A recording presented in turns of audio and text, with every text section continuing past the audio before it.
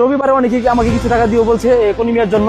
তো এইভাবে টুকটাক কাজ করতেছি। ওনার হিসাব হচ্ছে উনি যে মাজার তৈরি করে কাজ করে সেই মাজারে আমি কেন যোগ দেই না, তার মাজারে আমি যোগ দিই না অ্যাজ লাইক দ্যাট, মানে তাকে যে সবাই চাটে, রাসেল কেন চাটে না, এটাই একটা ভিতরে খুব।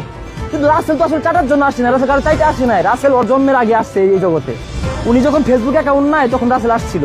তো ভালো কথা চলতেছে, হঠাৎ করে নামাজে পরে দেখি একটা অখাদ্য লাইভে ঢুকে সেরে এই সেই ফকিন্নির বাচ্চা আমার বাবার নিয়ে গালি এই সেই।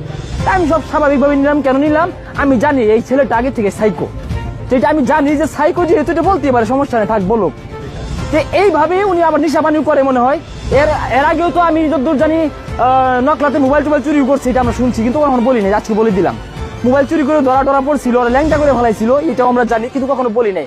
উনি যে আসলে একটা সাইকো না হলে উনি আসছে মানবিক কাজ করতে যায়, সেরা এখানে সেরে হিরিট করছে। আমার টিম মেম্বার আমিনকে ডেকে নিয়ে বলছে তোর জাঙ্গা খুল, তোর জাঙ্গা কিনে নিবাম। তা আমার এলাকার গোলাপান তো ড্রাইভারদার আমাদের তো ভালোবাসার কম নাই, 7টা ভাঙা ড্রাইভারদার আমাদের আছে। পরে ওর 7টাটা ভাঙতে লইছিল বা আমি ফিরেছি, ইজ্জত রক্ষা হয়েছে। তো চেয়ার নিছিল মানার জন্য, আমি মানে এটা বললাম প্রোগ্রাম না থাকবে, আমরা ড্রাইভারদার এই এলাকায় একটা মানবিক কাজ করতেছি, তোমরা কি বিশৃঙ্খলা করে এটা বলে আমি শান্ত করে দিচ্ছি। উনি ওইখানে যায় সেরকম হুমকি মারতেছে দূর থেকে, রিক মারতেছে, মানে একটা মাজার নিয়ে অলওয়েজ